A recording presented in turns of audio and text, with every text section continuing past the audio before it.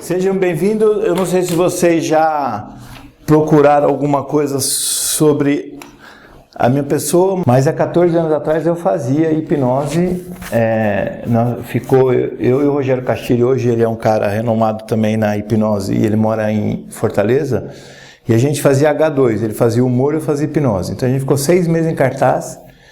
Eram só 100 lugares, mas era sempre lotado, Era muito legal que tinha umas cadeiras extras, as cadeiras extras sempre tinham que ser colocadas e chegava... Não tinha internet como hoje, não tinha aquele negócio de você comprar online, você tinha que comprar na hora. Então as pessoas chegavam e faltava lugar mesmo. 6 meses, mas foi muito legal, foi uma experiência muito boa. E eu fui o primeiro hipnólogo a aparecer na televisão brasileiro. Então nós tínhamos o Fábio Puentes, que na minha ideia é um divisor de águas, é um cara que tem hipnose antes dele e depois dele. Para vocês entenderem, a gente não vai contar histórias da hipnose aqui, mas vocês vão, só para ilustrar, se vocês procurarem, vocês vão ver que a hipnose ela foi proibida na época do Jânio Quadros. Qualquer tipo de hipnose, nem terapeuticamente podia usar hipnose. Por isso, inclusive, que as faculdades de psicologia não aplicam hipnose, não falam sobre hipnose e não entende, psicólogo não entende sobre hipnose. Mas por quê? Porque ela era proibida. Mas por quê? Porque se usava muita repressão, se torturavam as pessoas dizendo que estava fazendo hipnose para elas confessarem. Então dava choque na pessoa e choque, vocês vão entender que também altera as ondas cerebrais, alterou as ondas cerebrais, a gente entra em hipnose. E aí falar, estou hipnotizando para a pessoa confessar. E era uma agressividade. Então o regime militar usou muito isso e foi proibido. E só o Collor, em 92, ele prendeu o dinheiro do povo, mas liberou a hipnose. Mas de 92 para cá, ainda tramita no Congresso uma lei que vai e volta, que tem muito debate, que fica escondida, que hipnose só as pessoas de branco poderiam usar, psicólogos, médicos e dentistas. Só que vocês, do mesmo jeito que você fez curso de hipnose, vocês vão entender assim, todo mundo pode aprender a dirigir. Coisa básica, você vai lá, aprende a dirigir, tira a carteira de habilitação. A habilitação é uma coisa, hipnose aprender é uma coisa. Ter habilidade para você dirigir ou pilotar um carro mais potente, um de Fórmula 1, é diferente. Então eu falava antigamente, agora ele já é maior de idade, mas o filho do Nelson Piquet tinha 17 anos e não tinha habilitação para dirigir carro no Brasil. Mas ele tinha habilidade para dirigir carros que nós aqui não temos. Então, habilidade é uma coisa, habilitação é outra. Eu fui o primeiro hipnólogo a ir para a rua, fazer hipnose na rua e com televisão. Porque era muito difícil entrar na televisão. Mas quando eu entrei, eu não saí mais. Agora ficou muito mais fácil, mas na minha época era muito mais difícil. Há 15 anos atrás era dificílimo, mas quando eu entrei, uma televisão começava a chamar para outra, isso me trazia muito público. Então eu fiquei conhecido. Tem gente que faz hipnose antes de mim tem. Só que eles não eram conhecidos, fazem hipnose, tem padre que faz hipnose e não fala que faz hipnose. Às vezes no curso o cara fala assim, nossa, eu lembro que uma vez um padre fez um retiro com a gente lá e o padre fez show de hipnose, brincadeira. Então, eles aprendem isso quando eles estão no seminário, eles aprendem hipnose. O padre Quevedo, que faleceu, era um grande hipnólogo, né? Mas fazer terapia, eu tomei muito pau de CRP, eu tomei muito pau de psicólogo. Eu tenho outros treinamentos que todos os psicólogos e psicólogas que foram no meu treinamento surtaram, que na hora de passar na fogueira, um caiu no meio da fogueira, o outro no meio do treinamento jogou a apostila, as coisas tudo no chão, falou que aquilo ele não precisava. E uma coisa que vocês vão ver, talvez isso aconteça com vocês, tem uma parte que fica muito vermelha no nosso corpo, que as emoções precisam sair. E aí os psicólogos ficavam fervorosos, e aí eu mostrava, qual é a máxima de quem faz psicologia? A máxima da frase que eles ouvem é, o psicólogo vai estudar os outros, sendo que ele não sabe, para entender os outros, para não entender ele mesmo. Essa é a máxima que os psicólogos ouvem. E muitas vezes vai fazer psicologia porque o cara teve uma vida regressa muito complicada, sofreu muito e às vezes ela quer entender para ajudar as outras pessoas que também sofrem. Na terapia existe um negócio que parece um magnetismo. Você sempre vai cuidar de coisas que o universo vai trazer que está ligado às suas coisas. Entendeu? Então vamos lá. Eu gosto de hipnose muito, não tem história de hipnose. Na página 8 aí, abre a página 8, nós temos umas 2 perguntas que vocês vão responder para mim aqui. Vocês já mais ou menos falaram, mas vocês vão escrever. O que a hipnose pode fazer pela gente? Ela pode reestruturar a realidade. O que é isso? Nosso cérebro fica dentro de uma caixa craniana e ele recebe informação pelo que a gente vê, ouve e sente. Então, a gente transforma isso em uma realidade. A gente entende que isso é uma realidade. Na PNL, quem fez PNL, tem assim, nós temos filtros. A gente tem crenças, a gente tem valores, a gente tem percepções auditivas, visuais, sinestésicas, a gente tem filtro de distorção, filtro de generalização e omissão. Eu estou doente, isso é uma omissão. Estou doente de quê? Eu estou com pedra no rins. Aí você está sendo específico. Ninguém me ama, distorção, né? Ninguém, ou todo mundo me odeia, todo mundo, sua mãe também te odeia, teu pai.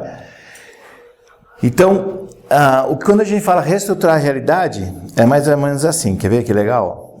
Você falou de mágica, eu vou fazer umas mágicas aqui, Yara, quantas bolinhas você está vendo aqui? Eu estou vendo 2. 2, vou fazer uma mágica e sumiu uma. Quantas bolinhas você está vendo aqui? Uma. E agora? Nenhuma. Bom de mágica, né? Empresta, você é destra ou canhota?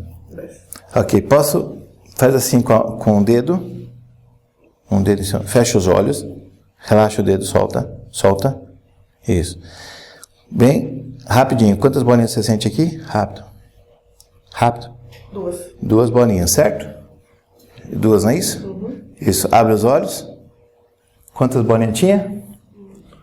A gente muda a realidade, a percepção.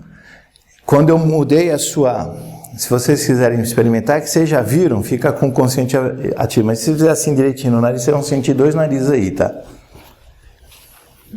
Se sentir 2, pode arrancar um, que um está sobressalente. Então a gente muda a nossa realidade. O que é? A representação interna não necessariamente é o que é externo. Então a gente pode mudar a nossa realidade. Aprimorar habilidades. Se eu tenho uma habilidade de TI, que TI é uma outra linguagem, eu posso aprimorar e aprender inglês, francês.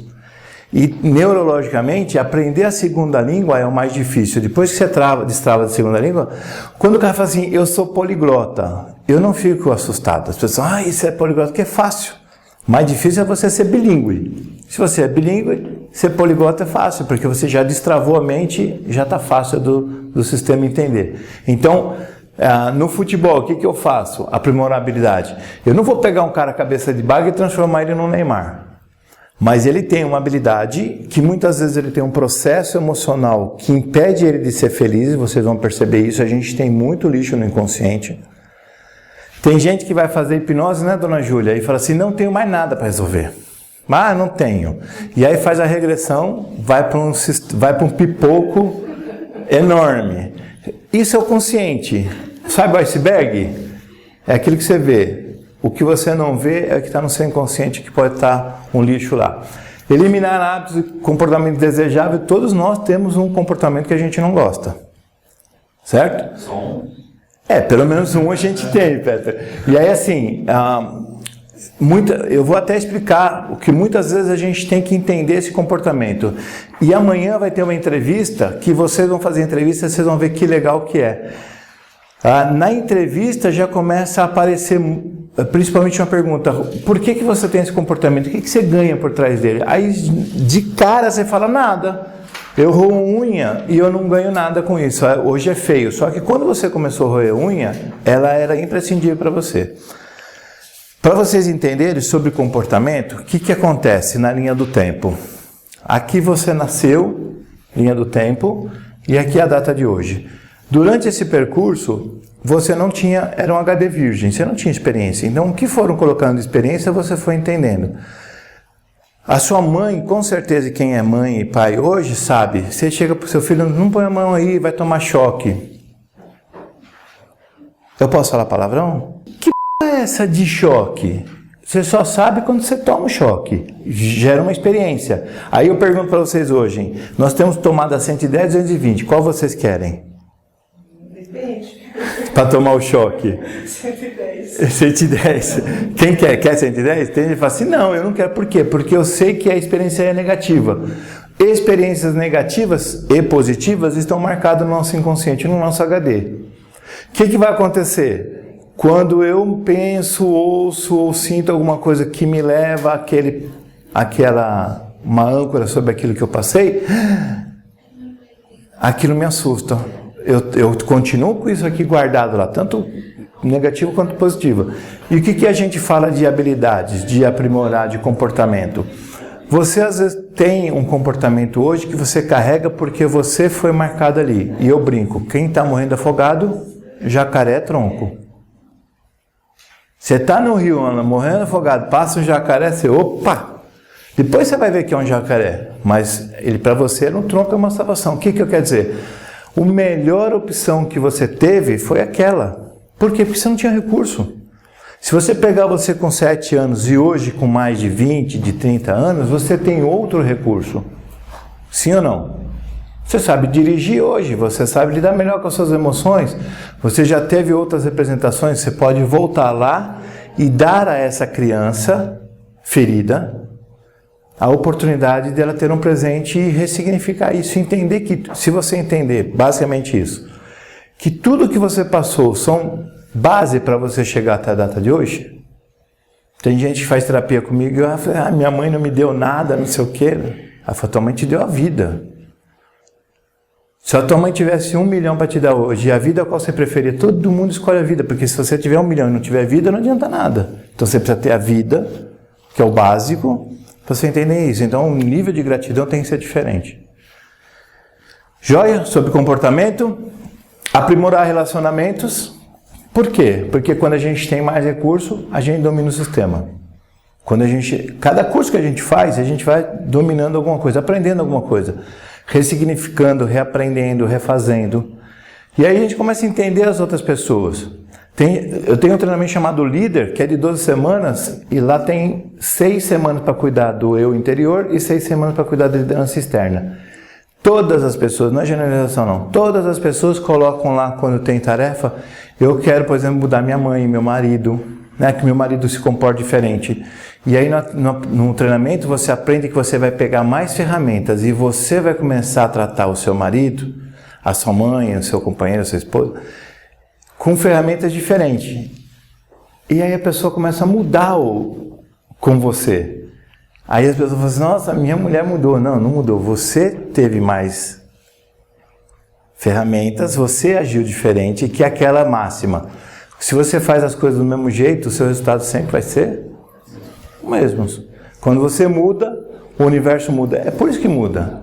Porque você adquiriu mais recurso, então você vai experimentar fazer de uma outra maneira e o retorno disso, o resultado disso é diferente. Tá? Lidar com problema de saúde, só para vocês terem ideia, nesse curso aqui, a gente não vai fazer isso amanhã, mas a gente tem uma roda, tá na internet, uma roda de energia, que desde 2011 a gente faz essa roda, depois ela foi passada para o curso do Poder do Propósito. E é uma roda que a gente chama de roda de energia, mas é uma roda de cura. Imagina uma roda onde as pessoas estão conectadas e não se fala de religião. Então você vê outro dia estava um cara lá com kippah, de judeu, um cara com os guias lá de macumbeiro, e um rapaz com um terço no bolso que ele cantava na igreja católica. Eles de mão dada, ajudando uma menina. Então eu tenho gravado, porque todos os nossos cursos a gente deixa gravando o curso. Por segurança de todo mundo. E a gente tem lá curas de câncer, de diabetes. Só que a gente não fala que é para fazer isso. Por que é problema de saúde? Porque 90% das nossas doenças são psicossomáticas. Não sou eu que falo, a Organização Mundial de Saúde que fala. Se a gente cria, então vocês vão aprender depois que quando a gente tem o timor aqui, quando a gente aperta, não dói nada, mas quando a gente aperta no estado alterado de consciência, dói pra caramba, que é as nossas emoções que precisam ser trabalhadas. E muitas vezes, maioria das vezes, as mulheres não perdoam muito, guardam, aí cria um tumor, um câncer, morre. Câncer de mama, muito comprovadamente, é esse sistema emocional que a pessoa não se perdoa. Às vezes nem perdoar a outra pessoa, mas não se perdoar por ter tido essas escolhas, ter passado por isso.